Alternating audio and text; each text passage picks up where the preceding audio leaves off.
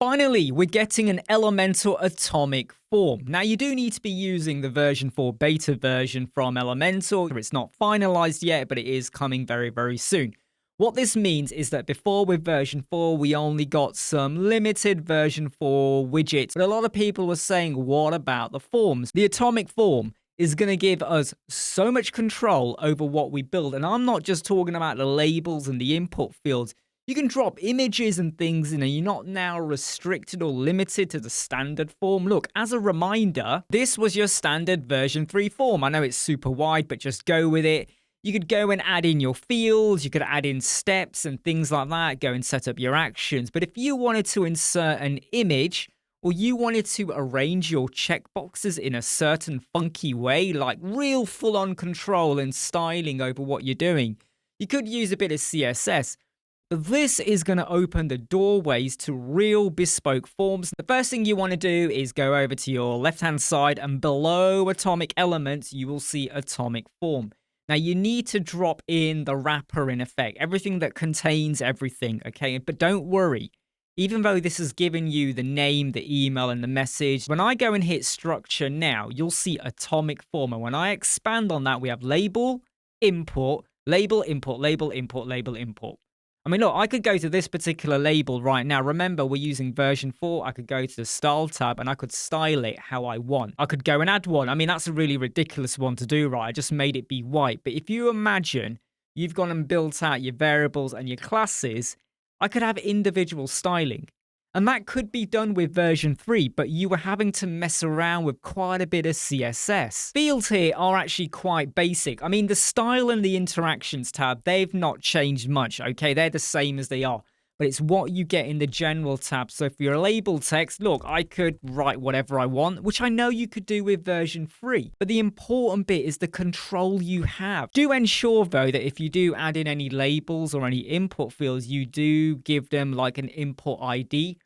By default, you will get examples given here, so try and follow suit with what they're giving you. If we go to the input, you can see here eForm first name.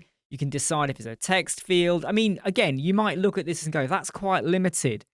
But it's not limited really, because you can expand on this. Down here, we have text area. Just to remind you, if we do go down, you can see those fields are here. Input label, text area, submit button, and checkbox. So what they've done with the atomic form is giving you like a very basic layout. Now look, just focus on the text box, right? I can, if I want, make it be only 2 rows. Again, similar to what you had before, minimum length, maximum length. Remember, you do have an ID. Then we have a flex box over here, and this is where it gets interesting. So inside of the form, we have a flex box. That flex box, if we expand on it, contains a checkbox. I'm going to get rid of that label, okay? And we're going to go back to the checkbox. And I'm going to call this services. Now, you won't actually see that here, but that is just a checkbox that fits within that group. And I'm going to say the value is, but you'll notice it doesn't actually show you that. What it's done is assigned the value to the checkbox. So I've just shown you a mistake I think a lot of you will make. You'll get rid of it. Because in the old version 3 form, if you ever added in like an input field or a checkbox or a select field, you just added them in one below another or whatever, and they would appear. Now you've got to think in a very builder-focused, methodical way. Don't know if that made sense. So if I go back to that flex box, and I now drop in a label, and now I will say web design, okay? So I shouldn't have deleted it, but I just wanted to show you that by getting rid of it and you add in a value for your checkbox, that doesn't really mean anything. That's just for the back end. But if you want to display it to the front end user, you need to ensure you got a label. And look, I could now, if I want, just duplicate. Sorry, I should put it over here. If I could just duplicate. What you have to remember, though, is then you just have to duplicate your label. But the really important bit, this is a flex box. So I could make it be a column, and then I could individualize. Look, I'm going into each checkbox, and now I'm just aligning them how I want. I mean, that's a really stupid design I've done there. But the same thing goes with the atomic form. So if I go to style, this at the moment is working as a column. If I was to now, no, sorry, it's working as a row. Sorry, I should clarify myself there. If I go to the label and I go to size, I could make this be 200 width. And then I could go to my input field, go to my style, And I'm going to set that also to be 200. Obviously, you would align things. So, you'd go to your label and align self like that. You'll get used to this the more you play with the version 4. There's so much more control you are now getting with layout. I've got videos and CSS on how you could move your message to be on the right-hand side of all of your other fields. And then you got to pop in, a bit of code into that.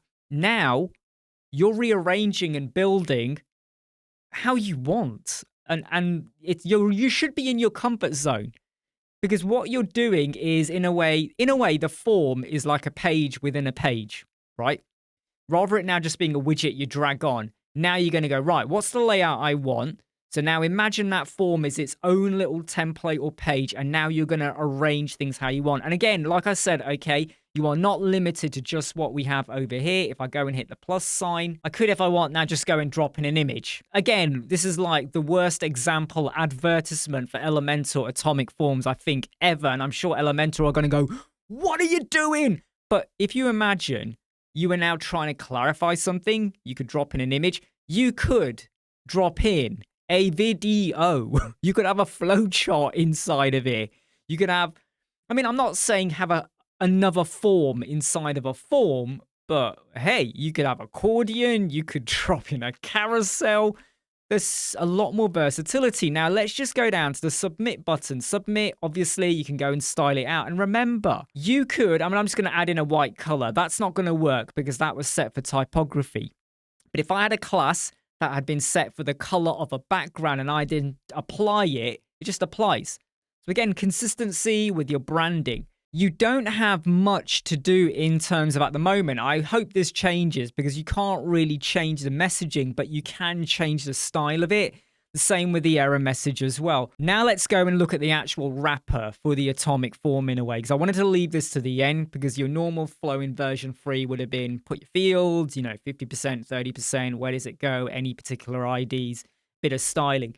But this is the important bit. Obviously, you can have a form name because you may be linking into this via other coding. What is the action after submit, collect submissions or email? This is very much limited as to what we were getting before. And I'm going to be intrigued and interested to see, are we going to get MailChimp or MailerLite? I've always felt that what Elementor gave you was okay at the time. But then we had loads of other services appear. And people started asking questions, what about this and what about that? In a way, I don't think Elementor can cover everything. And with AI and everything right now, how can you predict what's the new newsletter or what's the tool of choice? So in a way, this is what they're giving you. And I am interested to know, how are we going to get around the fact that maybe you do want it to feed into a newsletter, or I don't know, ideas to think about. Anyway, let's focus. Okay, so let's say we're going to have an email. Where are the submissions going to go to? Subject, is there going to be any message? I will link a video whereby you could actually be very specific over what items you want to be shown here. So even though you might be collecting loads of items, you may only want to receive, 5 of them. If I scroll down, it says from email. So what you want to do is, and you want to go and stick that ID in because you want to make sure it goes over there. Sorry, not goes there, that that's where it came from in case you're replying. I do want to point out, though, that you do have the states for success and error. So let's just go to success. You can see what the message is. You go to error. Even though I've clicked on them, I don't have anywhere in here where I can actually go and change the settings just to double check. Yeah, I can't see that. It's not in there. It's not going to be in your style.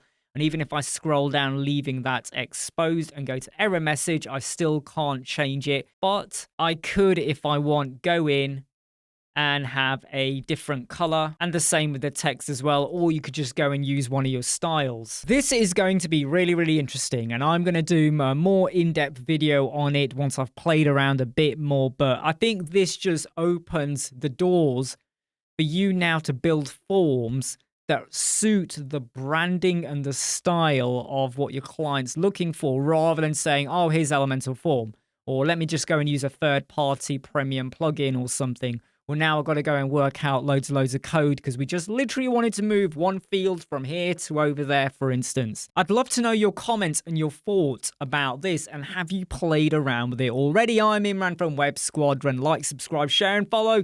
Make sure you sign up for our exclusive videos on our YouTube channel if you want to learn more about Elementor. Take care. See you soon. Bye.